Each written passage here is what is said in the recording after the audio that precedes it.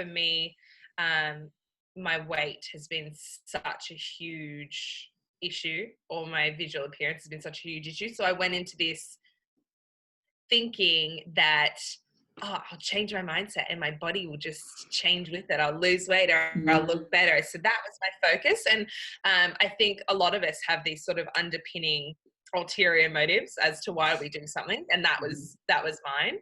And so when you go into something and you've got this sort of secret ulterior motive as to why you're possibly doing something, and mine was definitely, I want to lose weight. I want to be thin.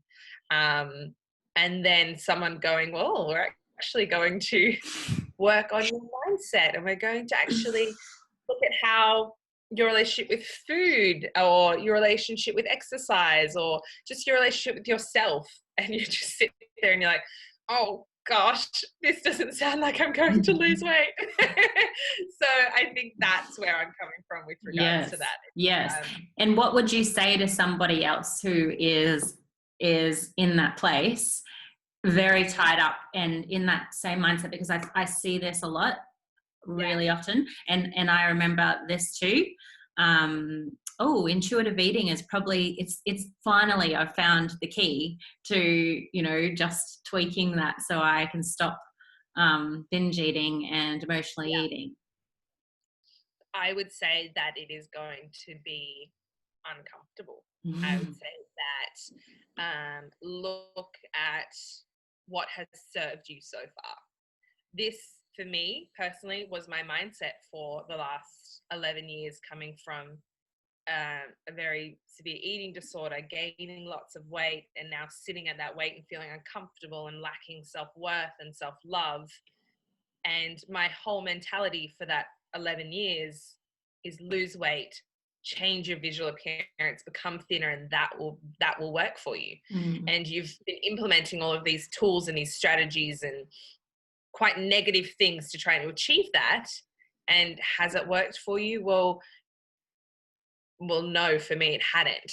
So going into something like this with those same mindsets and those same tools for trying to achieve something,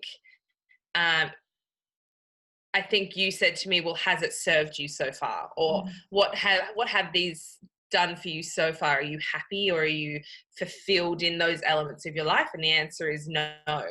So coming into something like this and still expecting those types of things to occur, I think it's reflecting and going, well, it hasn't benefited me so far, so change needs to happen. So trust in someone else to allow that change, or to allow a shift in the way you're thinking or going about things. So that's what I would say to someone. I would say, look at what served you or hasn't served you so far. Look at the mindset that you currently have. Is it serving you?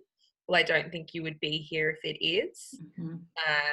Or not necessarily, that sounds quite negative. I don't think you would be looking for other options if that mindset is serving you. So as uncomfortable as it is, and it's uncomfortable,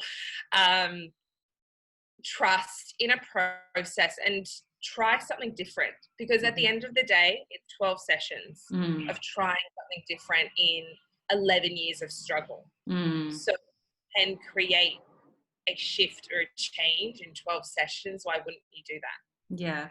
Which is so hard in session 1, 2, or 3 to sit there and say, yep. And I think that for me, it wasn't until about session 4, I really could reflect back and go, my God, I've had minor shifts, big shifts, whatever they were, I've had a shift, and it feels good. And it wasn't the shift I was expecting. Yeah.